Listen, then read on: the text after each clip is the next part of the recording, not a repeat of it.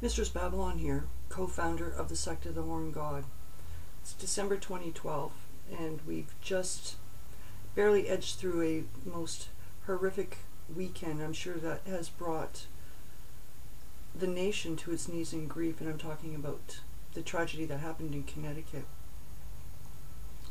And it's an issue I was hesitant to address. One, I'm a Canadian. I was born and raised in Canada all my adult life, and have only lived in the US for a few years. That said, I have been here long enough to still, I am not used to the gun culture yet. I'm getting used to it, and quickly I have to. In Canada there is no First Amendment, there is no Second Amendment, everything that it includes. There's no right to bear arms.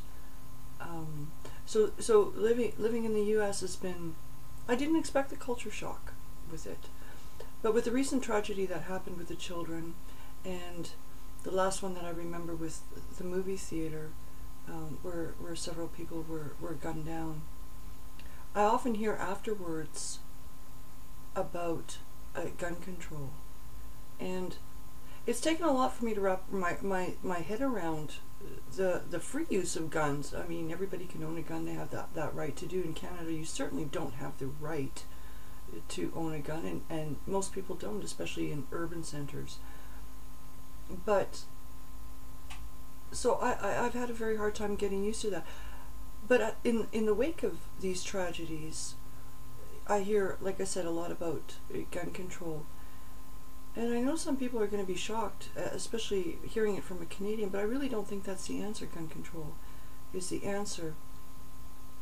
People have a right to protect themselves and their families, and, you know, most people are sane. They know how to, they know when to pull it, and they know when not to pull it. But what's not being addressed, and I think that those that advocate gun control to especially to an extreme degree, is they're bypassing the real issues here. And I think those issues are mental health issues. And somehow that does not get recognized. And those foundations or that part of the medical field is being left in the wayside.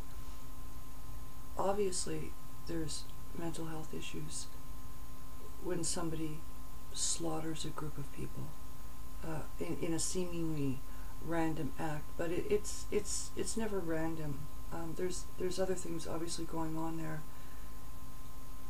It's also not faith-based, and I'm sick of hearing about that God is punishing these people.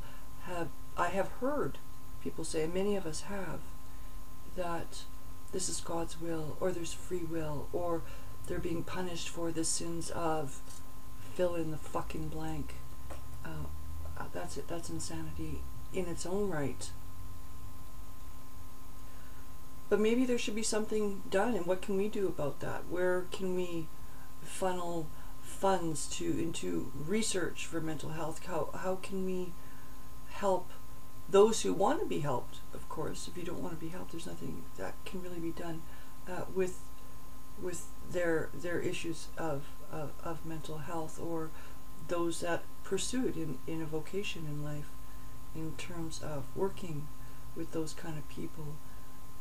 I don't know what the answer is, but I certainly don't believe in, or I don't think that there should be any more control, except there should be more research. There should be more understanding.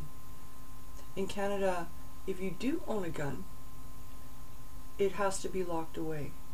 It has to be under lock and key. So, you know, you have a home invasion, you better know you better know where your keys are.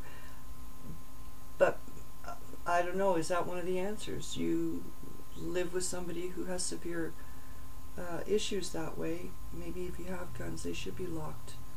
They should be locked up. I don't know.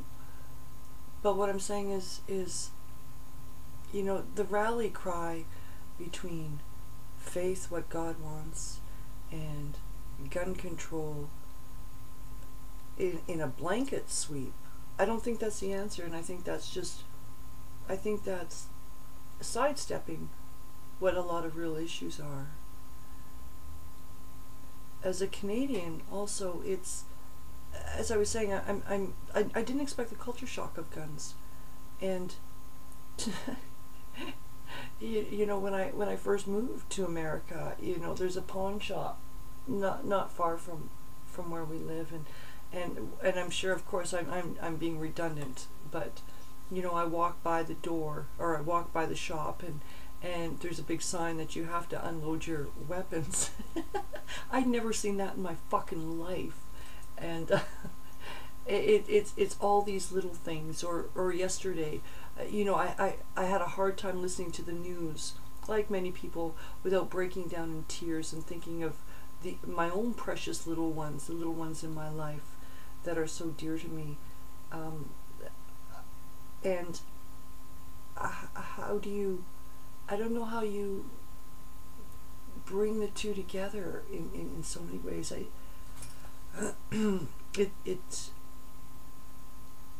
Well, you know, I couldn't stop crying. You know, every time I heard something about it, I would start to cry, like many of us. It hit way too close to home, and we thought about our own family members or our own friends. I don't know what, like I said, I don't know what the answer is.